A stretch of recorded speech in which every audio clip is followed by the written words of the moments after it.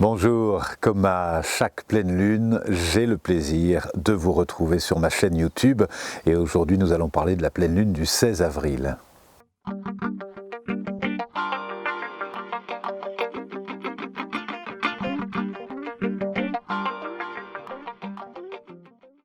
Bonjour et bienvenue sur ma chaîne YouTube. Je suis heureux de vous retrouver régulièrement sur cette chaîne puisqu'on se retrouve à chaque pleine lune, pas tant pour parler d'astrologie, mais ce sont des moments où on se retrouve à chaque pleine lune et à chaque premier du mois parce que ce sont comme des nouvelles étapes. La vie fonctionne par cycle et on a besoin de se retrouver au début du cycle, et donc le premier du mois, ça m'amène à vous retrouver autour de l'oracle du peuple animal et à chaque pleine lune à vous retrouver autour de l'oracle du peuple végétal. Ces deux oracles, je vous rappelle, vous pouvez les trouver en librairie bien sûr, vous pouvez les commander aussi sur la librairie de l'Acte. L'oracle du peuple végétal qui va nous accompagner aujourd'hui. Si vous êtes abonné, si vous êtes habitué à cette chaîne, vous savez que ce sont deux oracles que j'ai écrits à chaque fois avec, pour l'oracle du peuple végétal, en tout cas 50 végétaux. Alors c'est tellement large le peuple végétal, puisque nous avons le grand peuple des forêts, nous avons le peuple des plantes médecines, des plantes nourricières, des enseignantes. C'est tellement de familles, tellement d'espèces différentes qui nous accompagnent et qui nous inspirent dans des moments particuliers, en tout cas pour ces moments de pleine lune. Et cette pleine lune que nous célébrons aujourd'hui, la pleine lune du 16 avril, c'est celle qu'on appelle la pleine lune rose. Alors, c'est pas tant que la lune va être rose, elle ne sera pas particulièrement rose, mais c'est la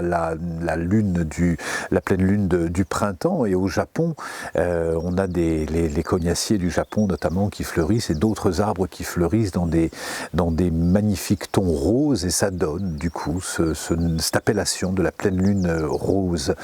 Cette pleine lune rose, elle est également lié à Pâques, puisque nous sommes dans la période du week-end pascal, et donc c'est la période de la Renaissance. C'est une période bien sûr importante pour les chrétiens, mais pour les chamans, on est toujours dans une approche globale, et cette période de Renaissance est vraiment une période favorisée, privilégiée pour laisser mourir tout ce qui a besoin de mourir, nos vieux comportements obsolètes, nos vieilles croyances qui n'ont plus lieu d'être, et c'est une période favorable pour se relier à ce qui a besoin de naître. Et pour ça, on va s'appuyer aujourd'hui sur le message de l'oracle végétal. Donc, moi je vous invite à chaque pleine lune et à chaque premier du mois à soit vous concentrer sur une question, peut-être vous pouvez mettre à bien ce tirage pour vous concentrer sur une situation que vous pouvez vivre,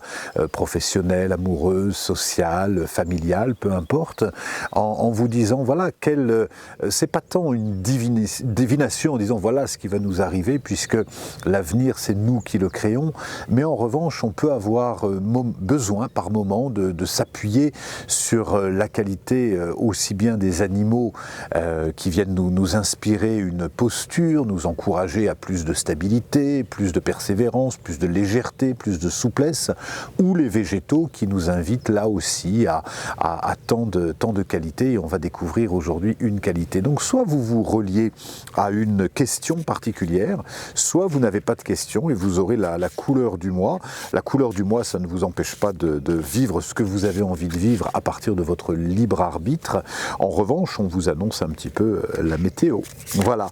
Alors, voilà, je vous invite à vous concentrer, et puis je vais simplement, c'est la dernière qui se présente, et regardez comme c'est joli.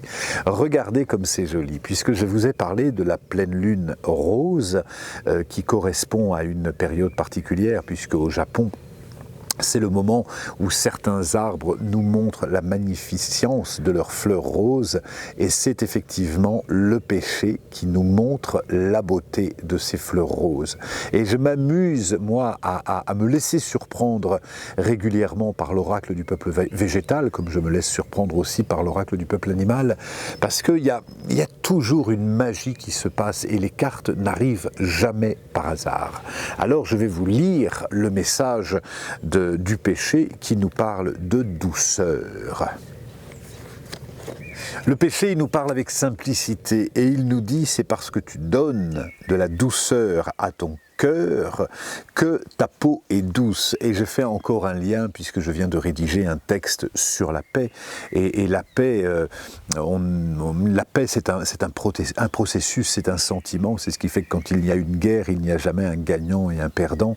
Il y a juste la paix qui est un sentiment qui dépasse la peur, qui dépasse le sentiment de dualité, qui est une victoire intérieure. Et quand notre cœur est en paix, nous rayonnons la paix. Et effectivement, le péché vient nous parler de paix, d'une paix intérieure qui n'est pas la victoire contre l'autre, qui est la victoire contre nos pulsions, contre nos peurs, contre notre ignorance, contre notre convoitise, notre attachement, etc. Donc le péché vient nous parler de santé, de longévité, de raffinement avec l'élégance du péché, de soin, d'attention, de guérison, de transmission, de protection, d'harmonie, de virginité, de fraîcheur, de douceur, de sensualité. Et il nous parle de la peau qui est l'organe qui fait le lien entre l'intérieur et l'extérieur, puisque c'est par le biais de la peau que l'on peut se toucher et toucher l'autre. Lorsque le péché vous apparaît dans le tirage, c'est l'enseignant de la douceur. Vous savez, chaque arbre est lié à une famille et le péché fait partie de la famille des enseignants. C'est un arbre délicat et élégant. Son enseignement est doux par sa peau duveteuse et sa chair sucrée. Le péché vous invite à la sensualité, à la tendresse, à la délicatesse. Le péché vient vous rassurer. On a besoin dans cette période particulière de l'histoire de douceur et d'être rassuré aussi. Le péché vous enseigne à quel point nous pourrions avoir tendance à nous inquiéter lorsque nous nous projetons dans un futur hypothétique et à vivre dans le regret lorsque nous sommes accrochés au passé. L'harmonie et la paix se révèlent dans la plénitude du moment présent. Appréciez l'instant présent, respirez profondément, se concentrer sur les sensations corporelles, sur vos 5 sens ou sur vos pensées sont autant de supports qui vous permettent de mieux percevoir l'instant présent. Le péché vous enseigne l'immortalité. Craignez-vous d'être immortel? Tiens, qui accepterait, si nous avions cette baguette magique de nous dire nous sommes immortels, qui accepterait d'être immortel? Marquez-moi ça en commentaire, je serais curieux de vous lire. Craignez-vous d'être immortel? Le péché vous questionne. Que considérez-vous comme immortel?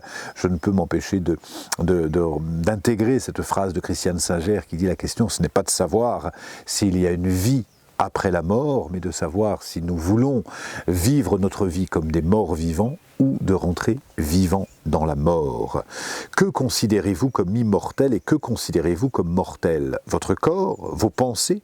Savez-vous distinguer ce qui est éternel de ce qui est temporel? Des fois on s'attache à des biens temporels et on s'éloigne de notre immortalité, l'immortalité de l'âme, car nous vivons avec ces deux attractions, temporelle et éternelle. Incarnez pleinement votre corps et sa dimension duelle et périssable et élevez-vous vers l'immensité, vers la non-dualité et vers l'immortalité.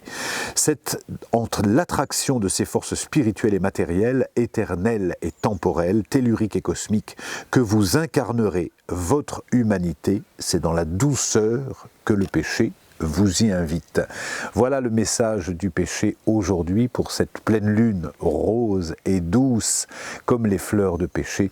Bienvenue au péché, je vous souhaite une belle semaine à vous. Je suis le péché, le grand frère du verger. J'aime qu'on prenne soin de moi car j'ai compris combien nous sommes liés les uns aux autres. Lorsque le jardinier me prodigue autant de soins, lorsqu'il est attentif à mes branches mortes, coupe mes fruits délicatement, me nourrit, m'arrose, il est réjoui et fier des fruits que je lui offre.